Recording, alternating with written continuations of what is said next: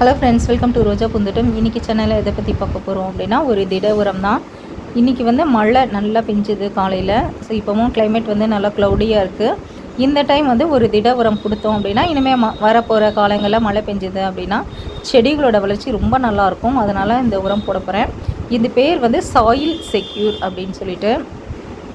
இந்த உரம் வந்து ஒரு ஸ்பூன் போடலாம். எல்லா செடிகளுக்கும் வளர்ச்சி வந்து ரொம்ப நல்லாயிருக்கும். உங்கள் செடியில் மொட்டுக்களே இல்லை, பூக்களே இல்லை அப்படின்னா இந்த உரம் போட்டிங்கன்னா செடி வந்து நல்லா பூக்கள் பூக்கும். இது வந்து ஆர்கானிக் தான், கெமிக்கல் கிடையாது. ஆர்கானிக் உரம் தான். பழச்செடி, காய்கறி செடி எல்லாத்துக்குமே நம்ம போடலாம். மைக்ரோ நியூட்ரியன்ஸ், மேக்ரோ நியூட்ரியன்ஸ் எல்லாமே இருக்குது இந்த உரத்தில்.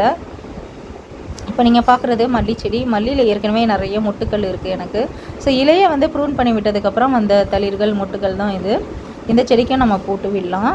ஏன்னா பூச்சி தாக்குதல் அதிகமாக வரக்கூடாது. அதுக்காக நான் வந்து ஒரு ஸ்பூன் அளவுக்கு போட்டு விடுறேன். பெரிய தொட்டி அப்படின்னா நீங்கள் 2 ஸ்பூன் அளவுக்கு போடலாம். இப்போ நான் இந்த செடியில் ஏற்கனவே மொட்டுக்கள் பூக்கள் இருக்கிறதுனால ஒரு ஸ்பூன் தான் போடுறேன். இப்போ நான் வந்து ப்ரூன் பண்ணியிருந்தால் 2 ஸ்பூன் போட்டு விடலாம். நல்ல ஒரு வேகமான வளர்ச்சி இருக்கும் இந்த செடியில். நீங்களும் உங்கள் வீட்டு பக்கத்தில் இருக்கிற நர்சரியில் கேட்டு பாருங்கள். உரம் கிடச்சிது அப்படின்னா நீங்கள் வாங்கி போடலாம். ஸோ உங்கள்கிட்ட இந்த உரம் இல்லைன்னா உங்கள் வீட்டுக்கிட்ட என்ன உரம் கிடைக்குதோ அதை வாங்கி நீங்கள் போடலாம். இந்த ஜாதி செடி இதுக்கும் போட்டு விட போகிறேன். ஜாதி செடி இப்போ வந்து இலைகள் வந்து காஞ்சிட்டு தான் போகும்.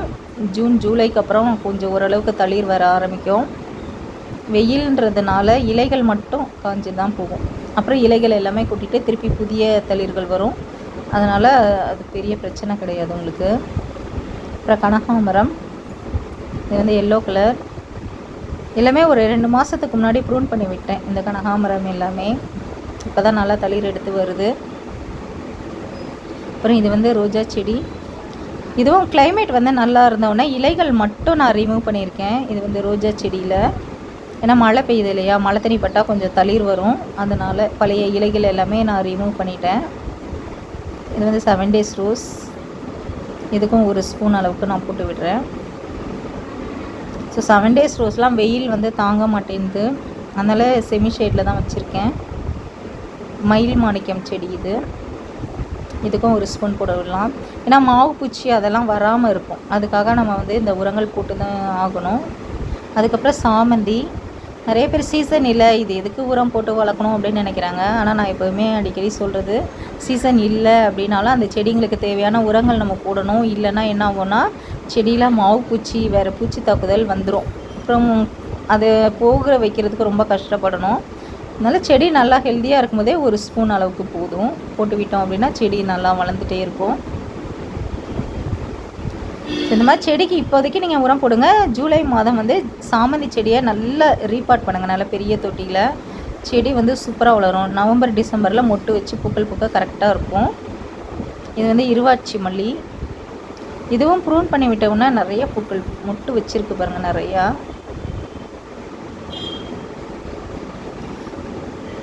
எப்படியும் ஒரு செடியில், மல்லி செடியில் பூக்கள் வர்றதுக்கு ஒரு 15 நாள் ஆகும். ஏன்னா இலை கட் பண்ணுவோமா, கட் பண்ணதுக்கப்புறம் தளிர் வரும். தளிர் வந்து மொட்டு விரிகிறதுக்கு அவ்வளோ நாள் எடுத்துக்கும். குறைஞ்சது 15 நாள் இல்லைன்னா 20 நாள் ஆகும் ஒரு செடியில் பூக்கள் வர்றதுக்கு.